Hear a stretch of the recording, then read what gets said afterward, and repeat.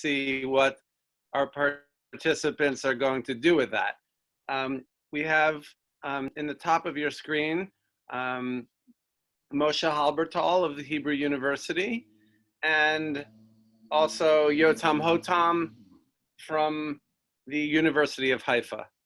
And so we will have some remarks by each member of the panel, and then we'll have some back and forth, and also an opportunity, I hope, time permitting, for anyone watching right now to submit questions through the chat function or through Facebook, or however you do them. Hopefully that will get to me. And without further ado, let's start off with Moshe. Well, thank you so much for inviting me to participate in this dialogue. And I want to thank Philip for the wonderful book. Really, it was an inspiring reading and a powerful reading. And I'm saying it not as I'm not a scholar of Chabad, and I'm clearly, and my comments are not coming from a scholarly point of view about the Lubavitcher Rebbe's work. I was always interested and a student of the works, and I've learned immensely from the book. So again, it's not only a book of learning, it's a book of inspiration in many, many ways. So thank you for all of that. And it's a book of love, actually. It's a book written with a loving attitude, both towards the subject and towards humanity as a whole. And it shines through every line of that. And even the footnotes don't destroy that attitude. So this is really remarkable. Also as a scholarly attitude, which is not detached, and it's not the super ego talking to you from above. So thank you very much. I want to say a few things about what impressed me at a certain moment in the book, and I want to start from the Lubavitcher's Rebbe position on incarceration. He was a clear opponent and a critique of the punitive system of the American legal order, and expressed it in very powerful ways. And it was interesting because it's rooted in his conception of love that will take us to the issue of social justice and love. When he talks about incarceration, and he understands something very deep about a prison, because you can say many things, many horrible things about prison. Prison is throwing the criminal into, you might say, the state of nature again, in a war of all against all, where he's completely exposed to brutality. But on the spiritual level, on the existential level, it's an act of isolation. And what is the prisoner, the criminal, deprived of in this isolating moment is the capacity to give. And it's interesting, a prisoner is only in the receiving end.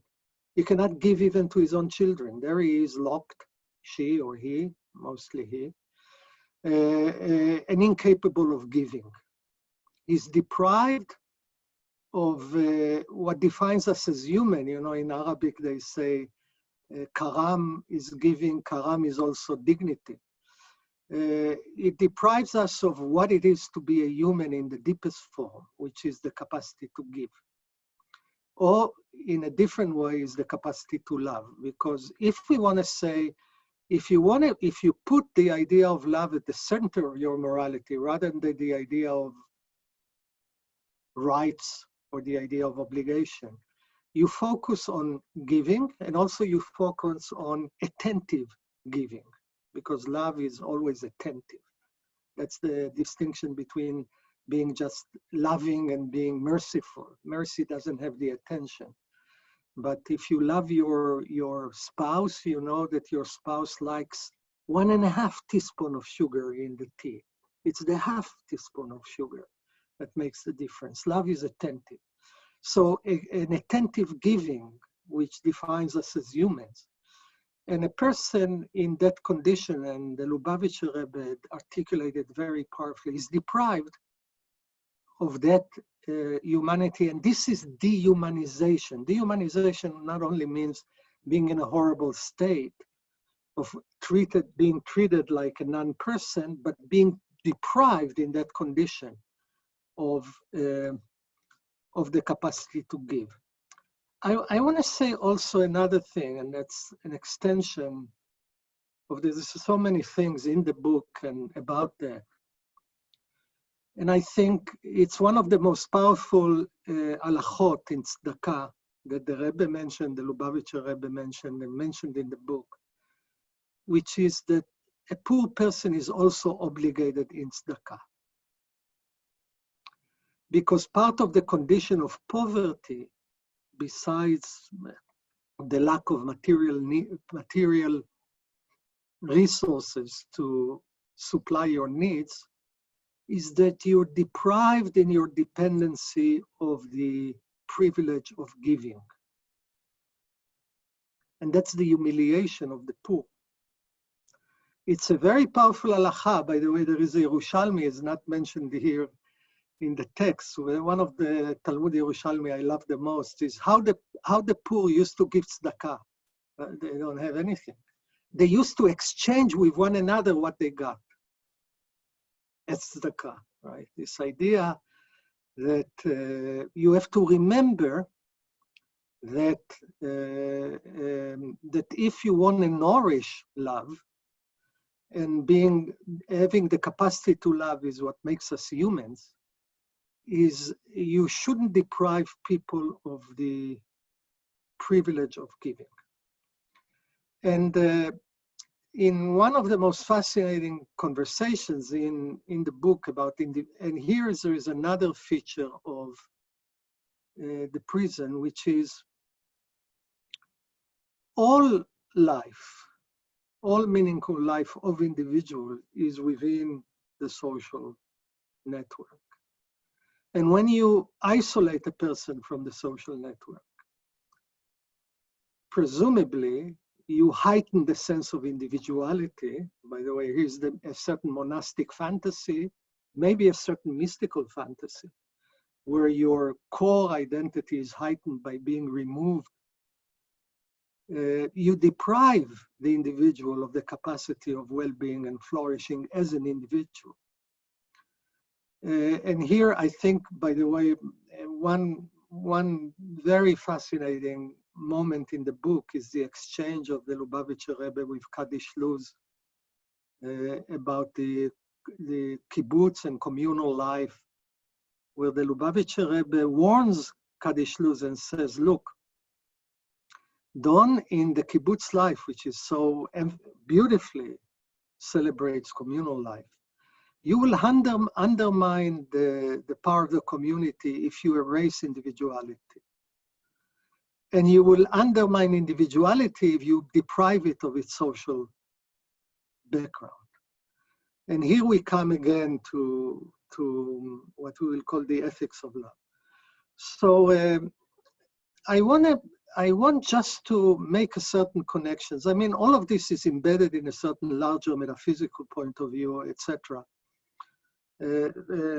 Some of it powerful, some of it paradoxical, some of it sometimes not fully coherent in many metaphysical strict sense, but that's not what matters. I think, and this is something that comes out through the book, I want to stress it, is that Yahadut being a religion of the law, and the Lubavitcher Rebbe always understood that, it puts a check towards other formations of religion, two formations of religion that are deeply, deeply attached to a certain mystical paradigm, which is the religion of otherworldliness. Now, if you are part and parcel of the religion of the law, you cannot be a religion of otherworldliness. And this is a feature of Jewish mysticism. As long as it's attached itself to mitzvot, it has to be this worldly mysticism, the mysticism of this world, because mitzvah is a rule-oriented towards amendment and repair of the world. This is why whatever mystical flight of otherworldliness, or as well another block, is the religion of interiority. I mean, there is another paradigm of religion, which is very deep, both in the mystical tradition, but not only that. What mitzvah corrects, or I would say the correction of mitzvah to the mystical, you might say, natural pool, is that it blocks two possible mystical moves. One is otherworldliness, and the other one is interiority. Mitzvah is not an interior moment, it's a moment of action. And I think if I want to ask, what is Jewish about Jewish mysticism? I mean, this is such a big question, and etc. That by not being capable of freeing itself from the world of Torah is a mitzvah, it reoriented itself in opposition to two other paradigms of the mystical life to create this worldly mysticism. Now, in the case of the thought of Chabad and Hasidut as a whole, this came very much in contact with the pantheistic or the pantheistic tonality of God's presence in the world. So these are just few comments that I wanted to. It's more my, I would say, initial inspiration from the book. And I would say one feature, they're books that you learn a lot from, and clearly I learned a lot from the book. And they're books that after you read them, they might make you a better person. And this is one of these books. It might make me, it might make me to a certain degree a better person. And thank you for that gift.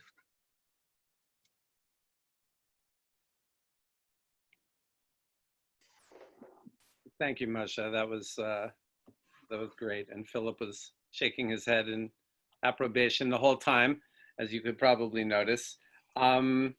Okay, next we'll move on to a lot of food for thought. And great. So next we'll move on to Yotam, and we'll see what he has to say. Yotam Hotam from the University of Haifa, and then we'll have a little dialogue based on that. So Yotam, whenever you're ready.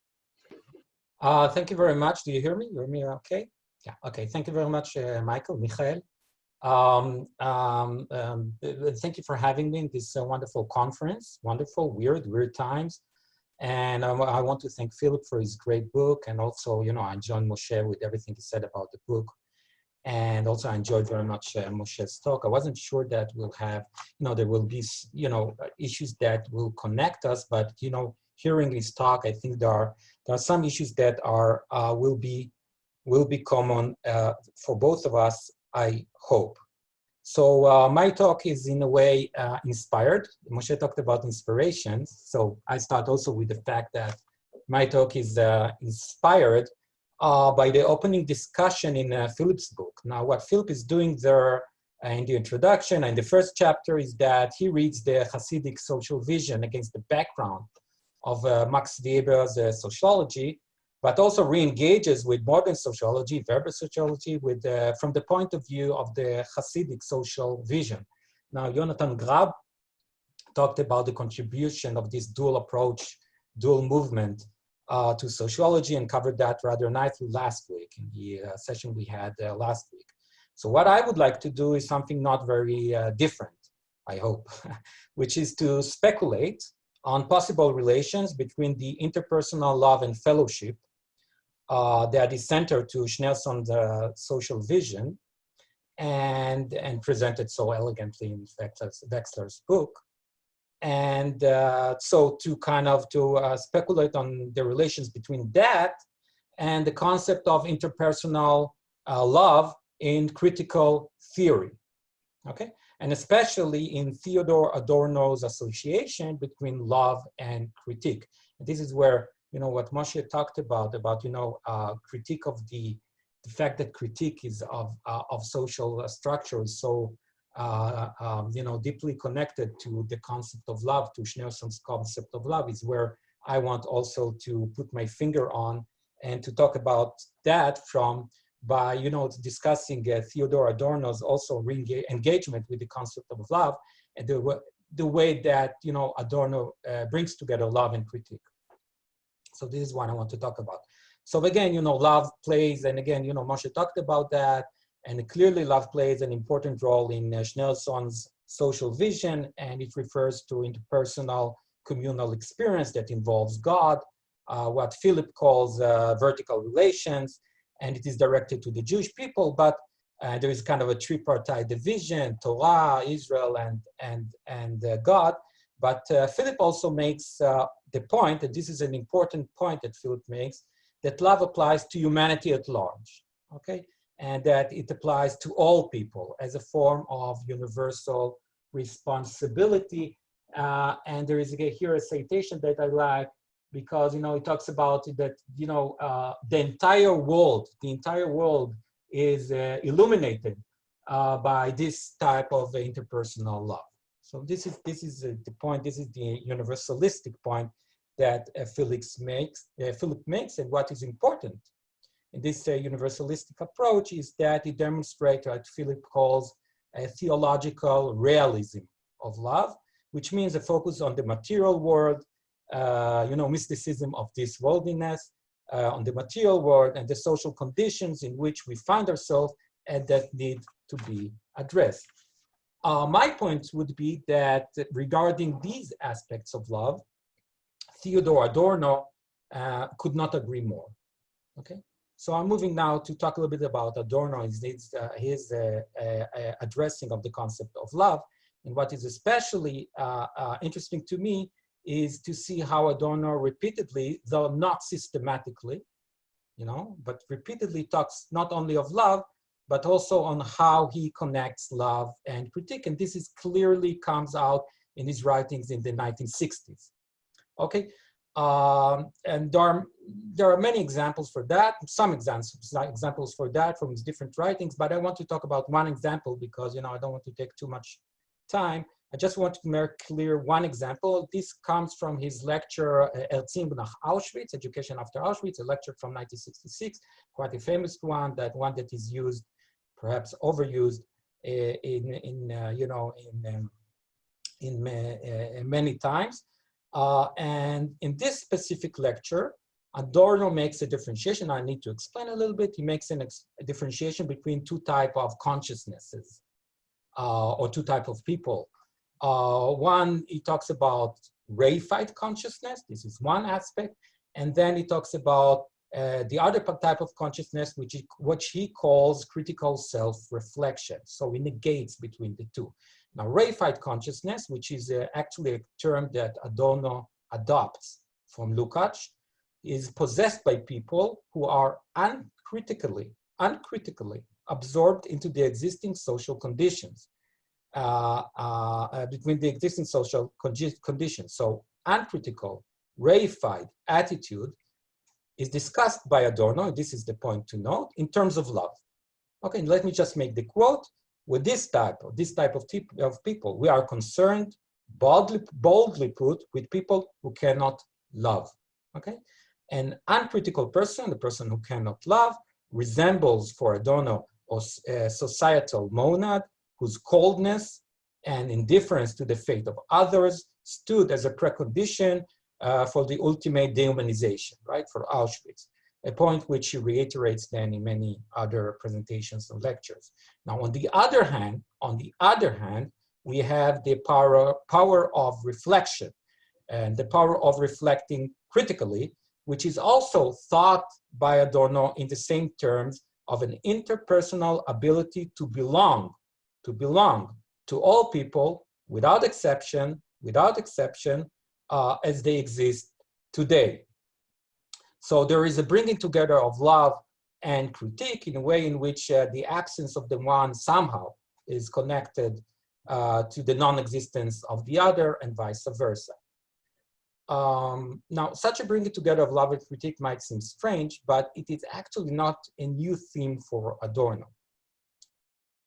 Adorno publishes in 1939, the year he publishes together with Horkheimer, their kind of celebrated publication, the Dialectics of Enlightenment. In 1931, he publishes a short essay on Kierkegaard's doctrine of love. Okay, and in this essay, he engages with Kierkegaard's Leben und Walten der Liebe, works of love. This is the translation of this word. And obviously, I can't go too deep into the essay. It deals with many issues there, but one central issue that I want to present is how Adorno talks about Kierkegaard's theological concept of love as a critical category. Love is critical because Kierkegaard converts the Christian agape, the Christian concept of love, into social categories. And this means that loving people, for Kierkegaard, is equivalent to hostility, and I quote, hostility towards the dominating mechanisms of a society that turns human beings into a mass. So love operates, according to Adorno, as the criticism of the reification of men. And so in this sense, love is critique insofar that it aims to liberate human beings from the circumstances that enslave them, which is the definition of critique for Adorno, for Horkheimer, for all these kind of, for all these critical theorists, for this gang of critical theories, liberating human beings from the circumstances that enslave them. So what Adorno presents is a critique that is dependent of theology.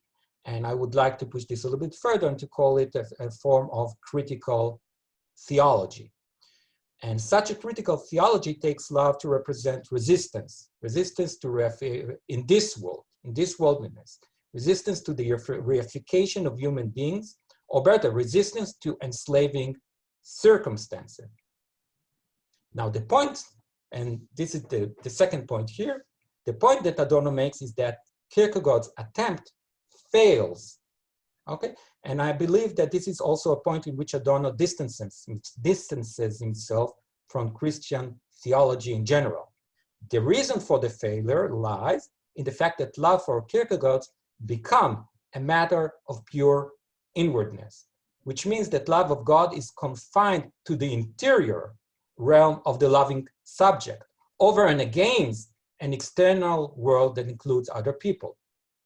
I don't know, we can call it a type of narcissistic verticality, okay? So Kierkegaard love is universal only in being a love of no one.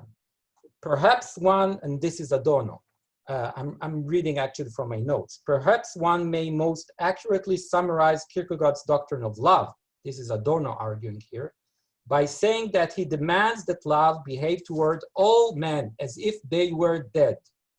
Love can then easily turn into its opposite, a universal hatred of human beings.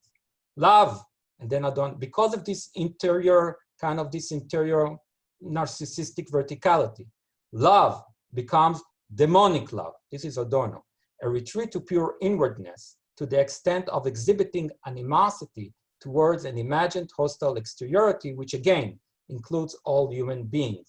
So there's also a connection here to see between death and the demonic, between these two issues, which I believe Nathaniel Berman also talked about in his, I don't know whether he listens now, in his discussion, in his presentation last week. So the Christian love, this type of Christian love, but I believe Adorno wants to argue here, Christian love cannot fulfill its critical calling. And I believe that it is this theological problem that Adorno wishes to engage with in his own accentuation of the relations between critique and love from the 1960s, with which I kind of started my presentation. What seems to me to be interesting is that Adorno is not interested in retreating from, from critical theological argumentation. Verticality is still important to him, and critique still remains dependent of theology. What interests him is to suggest a type of theological realism that still enables critique to resist the existing conditions and to offer love of all people as they exist today. Okay, so perhaps I'm suggesting here an area of thought in which critical theory operates itself as a type of critical theology. Now, I can talk a lot about how Adorno is doing that, I believe, and maybe we'll leave it to the discussion, if I'll be asked about that. Let me just conclude by going back to Schneerson's interpretation of interpersonal universal love. If a universal love of all peoples that exist today, translates into a critique of modern conditions, and I think, Moshe talked a little bit about that, as Adorno seems to suggest, we may see in the Hasidic ethos a type of critical theology that remains, or critical love, that remains true to its critical calling, or at least a valuable resource for what Adorno has in mind. This is not to say that we are dealing here with, with similar understandings of verticality or horizontality. There are many differences that we can talk about, but I do think that it offers a possibility to reflect on some areas of agreement, which may also invite, the breaking of the boundaries between modern religious and modern secular thought that is also central to Philip's overall argument. Thank you.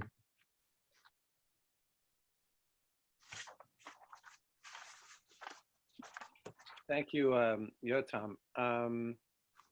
Well, it's 1:30, so we have some time for a little conversation, and I'll ask any of the participants who are watching if they have any questions to put them into the Q&A button at the bottom of your screen or the chat now, and hopefully I suspect we'll have some time to get to questions if there are any.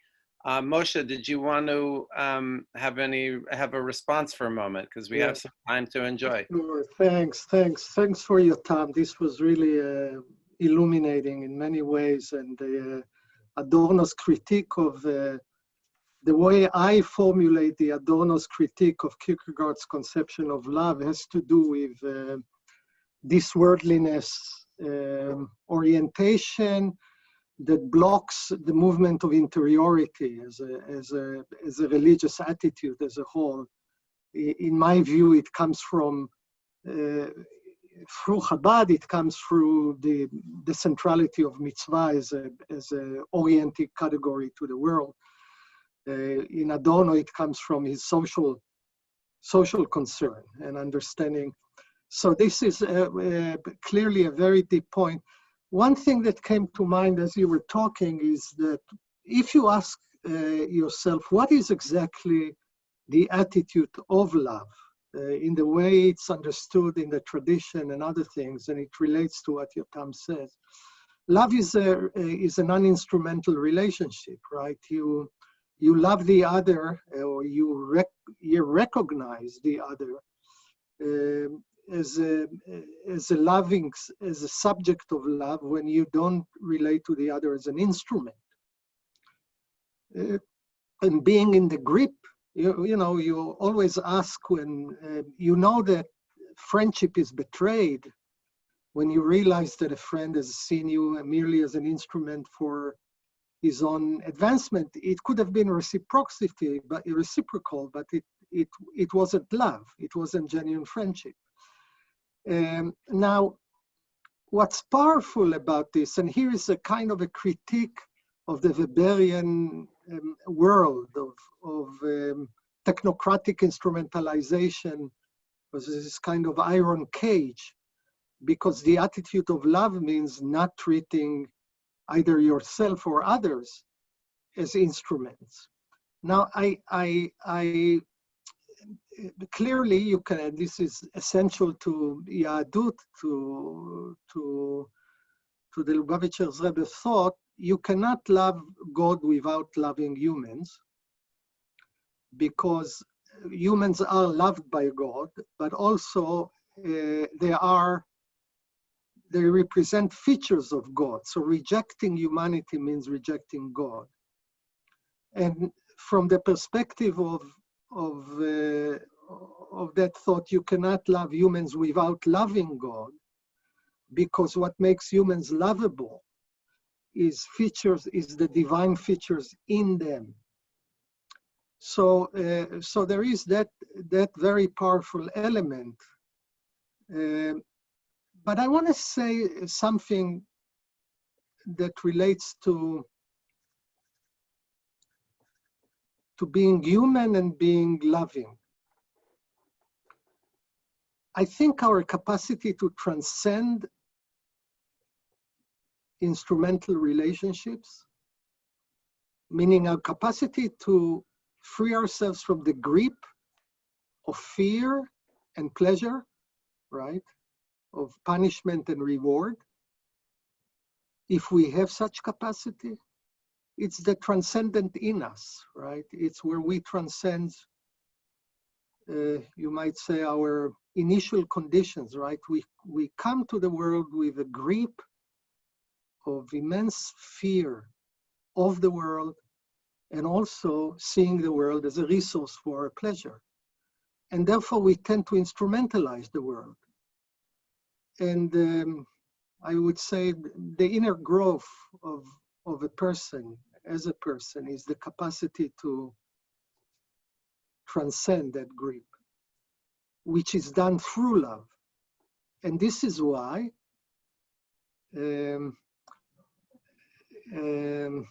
you know, in Vayikra Rabbah, where it says, this is a way where the poor approach the givers. Zachi bi, become merit, have merit through me, meaning the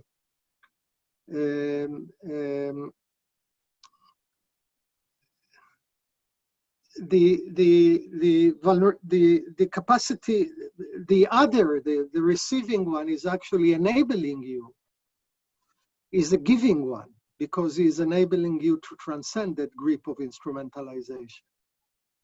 And that's a deep cyclical conception that is intertwined in the discussion.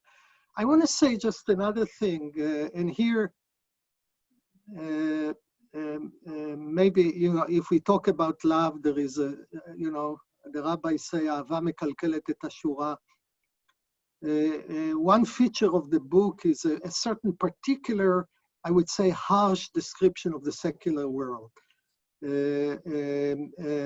if now clearly the idea of not treating people as mere instruments that comes with the centrality of the concept of dignity of humans, right, in the Kantian tradition, etc., is really a way out of that paradigm, of the Weberian paradigm, or harsh perception of the disenchanted iron cage.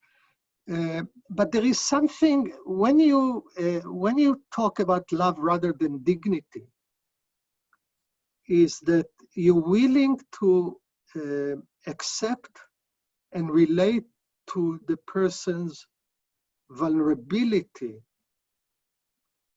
as an inherent feature of his being or her being, rather than the autonomous self. And I think, by the way, if I want to make a connection, and it will be a slightly complex connection in modern Jewish thought, still the non-Hasidic greatest modern Jewish philosopher, Hermann Cohen. I don't think there was a greater Jewish philosopher, modern Jewish philosopher, than Hermann Cohen. And when he wanted to use the category of compassion, which is it's in the vicinity of love, chemla, and one thing that compassion orients yourself to the other has to do with accepting your vulnerabilities and the other vulnerabilities, which is, it's not captured by the category of treating the other as an end in itself. So I just wanted to bring in to the discussion, following Yotam's comments, the problem of love, not the problem, but the marker of love is breaking the cage of instrumentalization.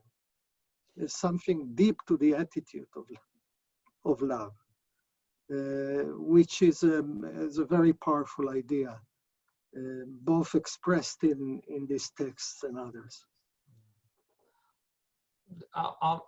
May I ask a couple of words, Michael? I mean, okay. Firstly, thank you very much, Moshe. I mean, so many ideas and so many comments and so many kind of interconnectedness between great ideas. And, you know, just let me say something about, you know, one thing that you say and that I want to pick up here, and that, you know, you cannot love God without loving human beings and so on and so forth. And here I want to make the point from the, you know, from the point of view of, you know, of Adorno's critique of Kierkegaard. Now, obviously Adorno and Kierkegaard, Adorno agrees with you, and he says that Kierkegaard agrees with you. The point that he makes, and this is a very interesting point in his article, is that there is a differentiation between, you know, loving humans and loving the humane. Okay. Right. Now, loving the humane for Kierkegaard means loving God, loving the image of God, seeing the image of God in one's self, and forgetting other human beings, because they're all the same. They're only the image of God.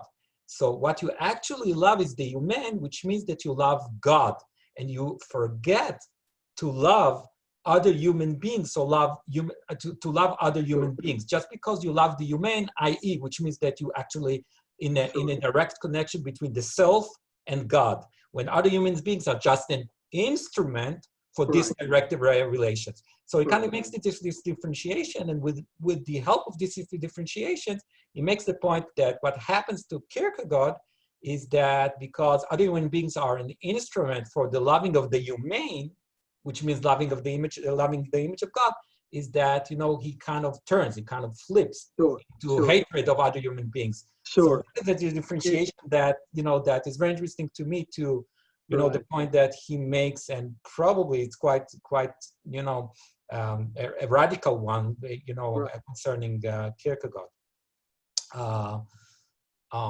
Yeah. Okay. This was actually my. Yeah, I just want to make a point about that, because there is a challenge which I'm struggling with reading the book. I am very theologically and existentially very distant from pantheism and modes of pantheism, but that has very not much to do with our conversation. But one worry that I always have reading these texts is that the flattening of pantheism, because everything is God or everything is an image of God, then where is the individuation? And after all, this is the point that Adorno makes, right? Exactly. You love humans not qua humans, but as symbols of God, etc. Exactly. And are all the same. But just to say something theologically still, one feature of God as one is that is unique, right? It's not only one, but unique, yachid. And saying that everyone is in the image of God is actually saying that he's not only one, because one is an erasure of plurality, but is yachid, that there is something unique about that person, right? And we have to think about what does it mean that the morality of pantheism is a very complex project. And I think, touching something very deep about this issue. I mean, I'm trying to theologically to salvage pantheism from its erasure mode, right? Because after all, since we are all in God and God is one, we are all one. Where is the person? You love humanity, but you don't love humans. And love is actually an individuating force. I think part of the people are deprived of love, children who are deprived of life, they get rights maybe, but getting rights doesn't make you, being loved means being an individuating focus of someone's concern about the issues that are completely not captured by the general idea of dignity and rights, right? When you love someone, you care that he missed an opportunity, etc. All the pain that we have from very individual aspirations, dreams, disappointments, etc. So I think the point you're making of the encounter of Adorno with Kierkegaard is a general concern with very powerful thing of creating social ethic around semi-pantheistic modes, with the erasure or the erasure capacity of oneness.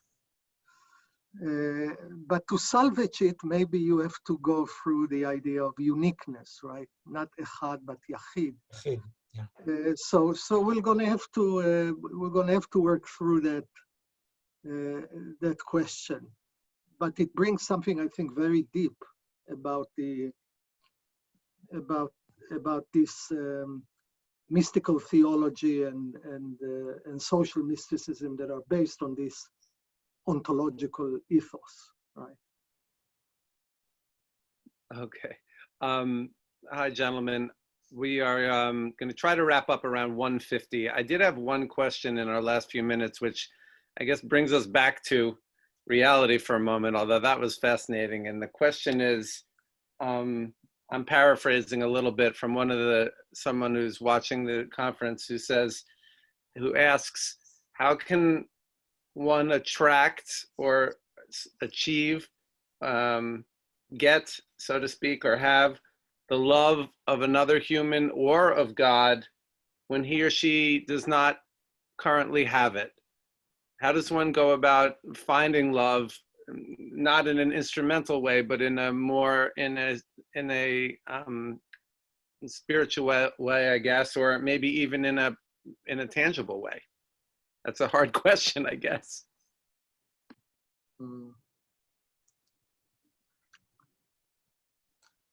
This is really a hard question. How do you get to the madrega of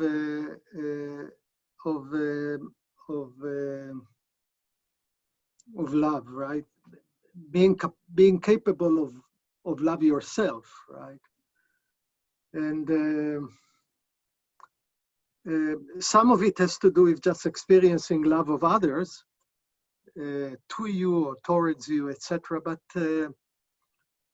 But I think you love the things you invest in, right? You love the things that you're investing and you care for. And caring for comes with in the way parents grow to love their children. It's really part and parcel with caring, actively caring.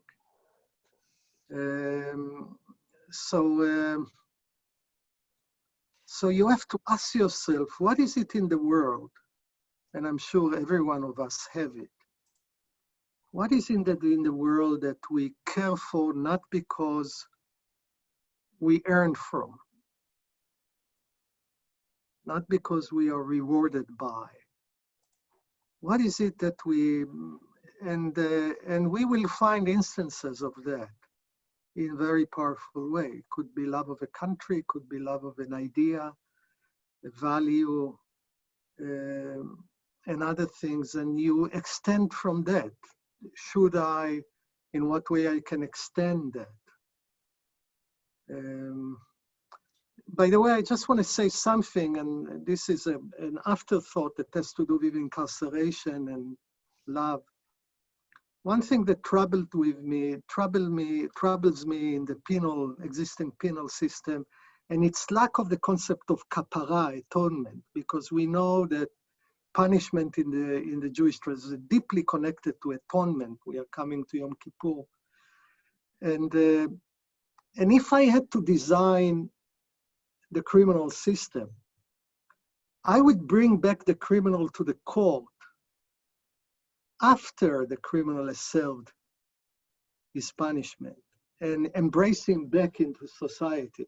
There is a huge ritual of entry to the prison and no ritual of exit. And this is something deeply wrong, right? Because it lacks the category of atonement. So you say, I would have brought the prisoner. I mean, I would do away with so much of the prison anyhow, but whatever is left of it, I would have brought the prisoner back into the place that sent him to prison and say to him, Achinu ata, you know, you are now, as the Talmud says, kevan v'nikla achicha le'enecha, kevan shenikla achicha hu. Right? Since he's punished, he's your brother. That's a very that's something we have to remember when we think about reform of the punishment system that the Lubavitcher Rebbe thought so much about. But we lack that. We lack that capacity of embracing back, and which means that now you're not stigmatized. You have there is finality to. There is finality to punishment, right? By way of coming back. But that's just another thought that comes from the Lubavitcher's reflections on incarceration and the lack of the category of atonement in present-day retributive discourse. Fascinating. We have a comment about. I'm going to give you. I just go back to the question about love. Yeah, I'm going to give Yotam Yotam, I'm going to give you the last word on that question. Thank you. We have a comment about the Hasidic concept of dual perspectives by Tamar Ross and pantheistic love, but we'll save that for perhaps later today. There may be a breakout room at the end of the session. Jonah will speak to that. But yes, please, Yotam, finish us up with the response to that very well, I don't know. Thank you for giving me the last word. I don't know. That's a load on my shoulders. I don't know. Just to go back to the question, I mean, they are just making the typology here. There are usually two answers to this question. You know, one answer is that love is embedded in every human being. You know, it's just there. You're born with each part of your structure. You know, and you need to activate that. It's automatic or immediate, actually. And even autonomic, if to use a word that is used today in the car industry, it's autonomic, and you just need to activate it in one way or another. So it's there. So that's one answer, and the other answer usually goes the other way around and says that it has to do, and this is something that Moshe talked about. It has to do with the visiting of the other. Okay, being with the other, visiting with the other. It has to do something. It begins with, comes from. That doesn't necessarily negate the first answer, but in this typology you have, and I think this typology also applies to what I know of, the Greek answers, the Greek concepts of love. Either it's agape or eros or philia. It also applies to this different. You can play with these different concepts of love when you think about, either you're talking about social kind of visiting the other, or you're talking about something that is. So those are the two answers. Now I use the term visiting because I think this is a way in which the term critique is also important to the understanding of love and the connection between love and critique.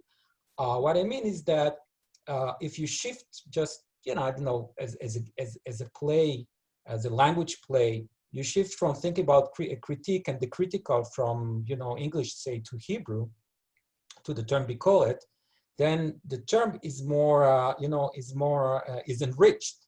The term itself, critique, bikoret, is enriched with the concept of visiting, of bikur. And this is a point that I think was also made by Levinas in different contexts.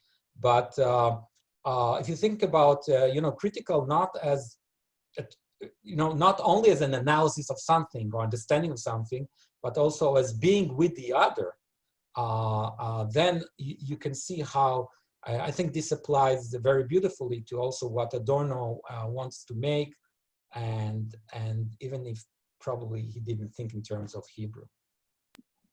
Gentlemen, thank you. That was fascinating, and I have a feeling we'll be watching this again, or at least I will be on the replay. Jonah is going to hop back on at 2 p.m., so we have a 10-minute break now.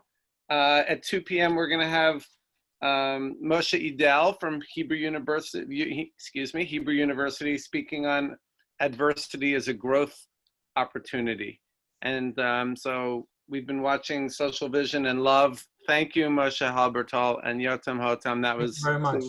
quite special. Thanks, guys, and we'll see you. We'll see you. Stick around, or we'll see you later on. And Jono should be back in a few minutes. Unfortunately, I have to go because they're closing my office. You know, well, I don't know why. You know, they're closing the university, so I. And unfortunately. Unfortunately, I have to go. I won't be able to listen to Moshe because I have to teach soon. No problem, guys. That was great. Thank you. Good. Yep, we'll see you next time. Thanks. Good to see you, Philip. Good to see you, Philip. Thank you.